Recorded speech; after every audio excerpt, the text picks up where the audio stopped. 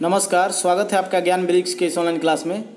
दोस्तों, आज हम लोग देखेंगे 29 अगस्त का करंट अफेयर्स और इसमें भी 10 प्रश्न हैं। 10 प्रश्न आने वाले एग्जाम्स के लिए बहुत ही इंपॉर्टेंट है। इसे हम लोग अच्छे से पढ़ेंगे और डिटेल्स में समझेंगे। तो चलिए देखेंगे।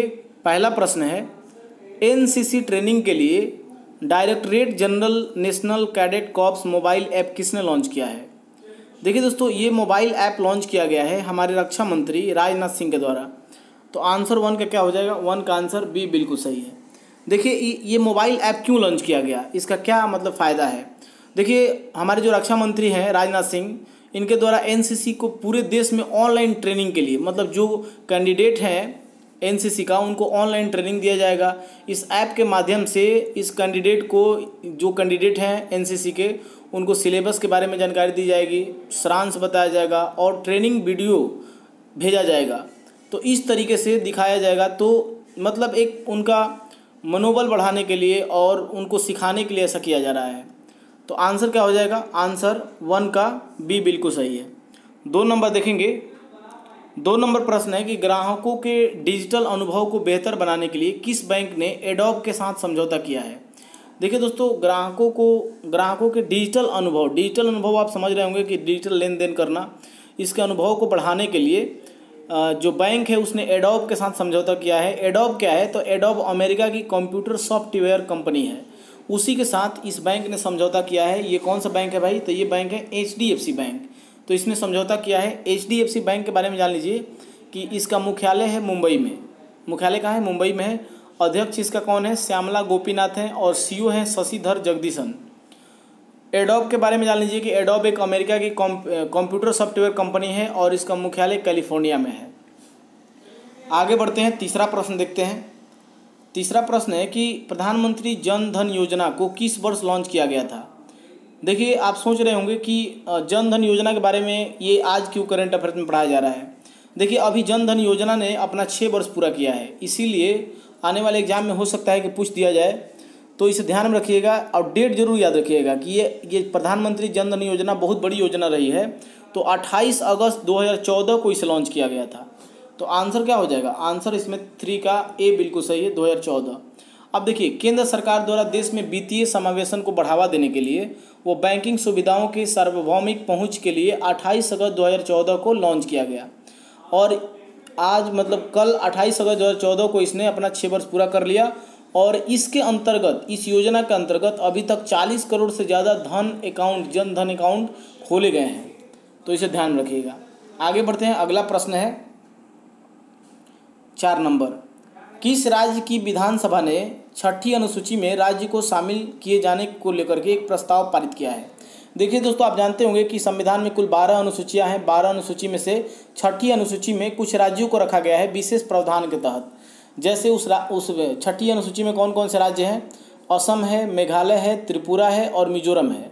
एक 5वां राज्य इसमें शामिल होने के लिए अपना प्रस्ताव पारित किया है। वो कौन सा राज्य है? तो ये है अरुणाचल प्रदेश। तो ये एग्जाम में पूछा जाता है, इसे याद ही रखिएगा, क्योंकि ऐसे कई बार पूछा गया है कि कौन सा ऐसा मतलब स्टेट है जो 6ठी अनुसूची में शामिल नहीं है। तो 4 राज्य हैं पहले से जो शामिल हैं, असम, मेघालय, त्रिपुरा और मिजोरम। आगे बढ़ते हैं। अगला प्रश्न देखते हैं 5 नंबर। 5 नंबर है कि किस राज्य की सरकार ने कौशल विकास विश्वविद्यालय विधेयक को मंजूरी दी है? देखिए, कौशल विकास विश्वविद्यालय विधेयक को मंजूरी देने वाला राज्य है असम। कौन सा है भाई? असम। तो इसे ध्यान रखना है। और इसके बारे में कुछ बात जान लेते हैं कि ये 900 करोड़ रुपए की लागत से असम के मंगलदेई में निर्माणाधीन है, मतलब निर्माण किया गया है इसको। और असम कैबिनेट द्वारा राज्य सरकार की ग्रुप C और D की नौकरियों में अधिकतम आयु सीमा 2 वर्ष बढ़ाने का भी निर्णय लिया गया है। तो इसे ध्यान रखना है। कोविड-19 से संक्रमित डॉक्टर, पत्रकार, होमगार्ड के लिए 50 लाख के बीमा, 50 लाख तक का बीमा कवर, वो एक योजना और चलाया गया है जिसका नाम है अरुणोदय योजना। उसके तहत 2 लाख से कम वार्षिक आय के परिवारों को 830 रुपये प्रति महीने वित्तीय सहायता भी दी जाएगी। तो इसे ध्यान रखिएगा। ये सभी असम सरकार द्वारा किया गया है। आगे बढ़ते हैं। अगला प्रश्न 6 नंबर देखते हैं। 6 नंबर है कि किस देश ने दुनिया के सबसे शक्तिशाली हाइड्रोजन बम के सफल परीक्षण का एक वीडियो जारी किया है? देखिए दोस्तों, ये सफल परीक्षण बहुत पहले ही हो चुका था, इसका वीडियो जारी किया गया है और ये वीडियो जारी किया गया है रसिया के द्वारा। ये बहुत दुनिया का सबसे शक्तिशाली है, इतना बड़ा परमाणु बम और हेवी परमाणु बम है। तो ये आंसर क्या हो जाएगा, आंसर यहाँ डी बिल्कुल सही है। अब देखिए यहाँ पर ये एक परमाणु बम नहीं है, ये एक हाइड्रोजन बम है। परमाणु बम से कई गुना ज़्यादा शक्तिशाली होता है हाइड्रोजन बम। तो ये हाइड्रोजन बम का वीडियो जारी किया गया है और ये रूस द्वारा 30 अक्टूबर 1961 में ही TSR बॉम्बा नामक हाइड्रोजन बम के आर्कटिक महासागर में परीक्षण का वीडियो जारी किया गया है। उसी समय परीक्षण कर दिया गया था, अब इसका वीडियो जारी किया गया है। ऐसा अनुमान लगाया जा रहा है कि ये जो परीक्षण किया गया है हाइड्रोजन बम का, ये 1945 में जो जापान के हिरोशिमा पर परमाणु बम गिराया गया था उसे 3333 गुना ज़्यादा शक्तिशाली है। तो हाइड्रोजन बम नाभिकीय संलयन पे कार्य करता है, इसे ध्यान में रखना है। तो आंसर 6 का डी बिल्कुल सही है, रसिया, रूस। 7 नंबर देखेंगे। 7 नंबर प्रश्न है कि वर्ष 2021 में इनमें से किस देश द्वारा ब्रिक्स खेलों के आयोजन की योजना है। देखिए दोस्तों, ब्रिक्स आप जानते होंगे ब्राज़ील, रसिया, इंडिया, चाइना और साउथ अफ्रीका को मिल करके ये सभी मतलब एक अपना ग्रुप बनाए हैं देश। तो इनको ध्यान रखिएगा, ये सभी अपना गेम करा रहे हैं और ये भारत इसका 2021 में ब्रिक्स समूह का अध्यक्षता करेगा। तो इसे ध्यान रखिएगा। यही पूछा जा रहा है कि इसका आयोजन कौन करेगा, तो भारत में होगा 2021 में।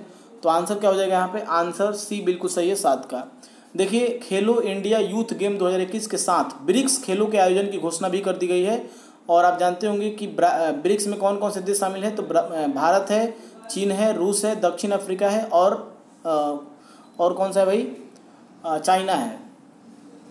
उसके बाद हमारे जो खेल मंत्री हैं उनका भी नाम याद रखिएगा, किरण रिजिजू।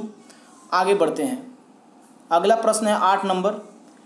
किस अंतर्राष्ट्रीय संस्थान द्वारा प्रतिवर्ष व्यापार वहाँ पे होगा सुगमता सूचकांक जारी किया जाता है। मतलब कौन सा अंतर्राष्ट्रीय संस्थान है जो प्रतिवर्ष व्यापार सुगमता सूचकांक जारी करता है। तो देखिए दोस्तों, ये किया जाता है विश्व बैंक के द्वारा। 8 का आंसर क्या हो जाएगा, 8 का आंसर बी बिल्कुल सही है, ये विश्व बैंक के द्वारा किया जाता है। और विश्व बैंक के बारे में कुछ एक बात जान लीजिए, जैसे 2018 व 2020 की रिपोर्ट में डाटा की अनियमितता के कारण विश्व बैंक द्वारा यह रिपोर्ट निलंबित करने का निर्णय ले लिया गया है। अभी जानते हैं कि अभी पूरे विश्व में कोरोना काल के चलते व्यापार में बहुत सारी बाधाएं हैं। पिछले वर्ष जो जारी रिपोर्ट हुआ था उसमें भारत 63वें स्थान पे था और न्यूजीलैंड पहले स्थान पे था।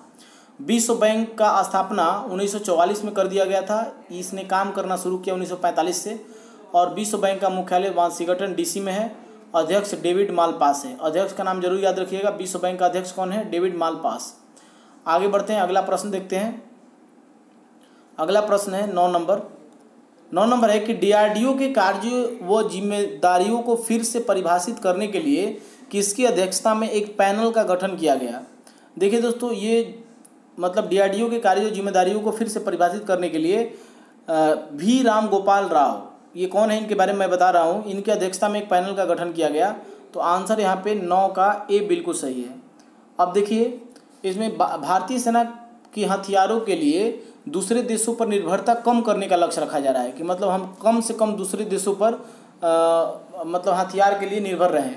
IIT दिल्ली के निदेशक हैं ये, जिनका नाम है V राम गोपाल राव और इनकी अध्यक्षता में ये गठित किया गया है। 45 दिन में इसका रिपोर्ट देना है और DRDO के जितने भी लैब हैं, भारत में कुल 57 लैब है DRDO का, तो सबकी समीक्षा की जाएगी। और DRDO का स्थापना आप जानते हैं कि कब हुआ था, 1958 में। मुख्यालय DRDO का नई दिल्ली में है और अध्यक्ष G सतीश रेड्डी हैं। DRDO का फुल फॉर्म क्या होता है, defence research and development organisation. आगे देखते हैं, लास्ट क्वेश्चन देखते हैं 10 नंबर। 10 नंबर है कि बॉब ब्रायन वो माइक ब्रायन ने अंतर्राष्ट्रीय स्तर पर किस खेल से संन्यास की घोषणा की है। देखिए दोस्तों, ये दोनों अमेरिकी पेशेवर टेनिस खिलाड़ी हैं। तो इन लोगों ने टेनिस से ही मतलब संन्यास लेने की घोषणा की है। तो आंसर क्या हो जाएगा, आंसर हो जाएगा टेबल टेनिस नहीं, सॉरी, टेनिस होगा। आंसर 10 का क्या हो जाएगा, 10 का आंसर डी बिल्कुल सही है।